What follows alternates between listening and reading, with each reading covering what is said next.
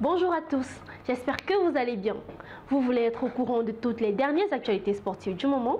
Eh bien c'est simple, abonnez-vous tout simplement sur notre page YouTube Hand Sport, activez la cloche de notification et le tour est joué.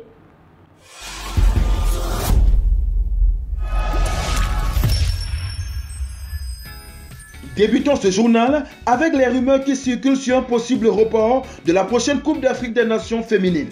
Initialement prévue pour se dérouler au Maroc à l'été 2024, jusqu'à présent, aucune date précise n'a été annoncée pour la compétition.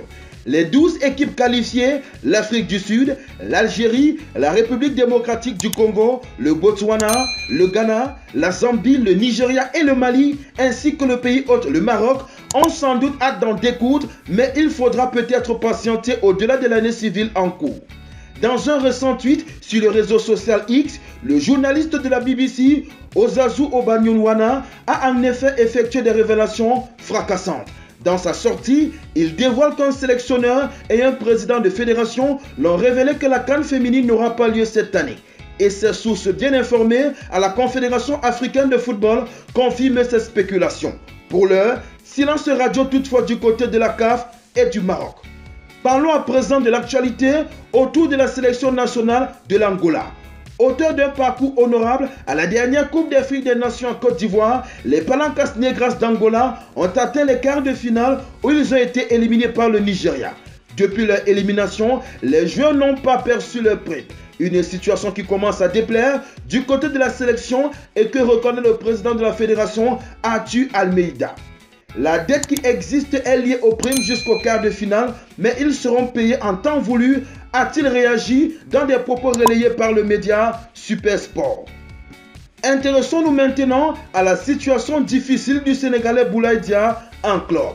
Le désamour entre l'attaquant et son club de la Salernitana semble avoir atteint un point critique.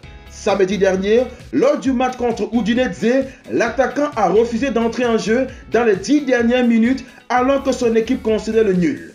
En conférence de presse, son entraîneur a dit que le joueur a fait un choix qu'il prendra en compte définitivement et le club aussi. Il semble désormais clair que le coach Leverani ne va plus compter sur Boulaye Dia pour le reste de la saison.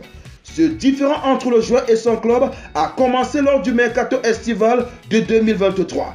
L'international sénégalais voulait rejoindre Wolverhampton en Angleterre et le club avait refusé ce transfert. Des informations sur la 13e édition des Jeux africains en clôture de ce journal. Le vice-président ghanéen Mahamoudou Bawumia a inauguré le site principal des Jeux africains qui se tiendront au Ghana du 8 au 23 mars à Accra. D'une capacité de 11 000 places, le stade sportif de l'Université du Ghana dispose d'installations pour toutes les épreuves d'athlétisme. Le stade accueillera également les cérémonies d'ouverture et de clôture des Jeux. Le coup d'envoi sera donné à Accra, la capitale ghanéenne, tandis que la ville côtière de Cape Coast recevra certaines épreuves.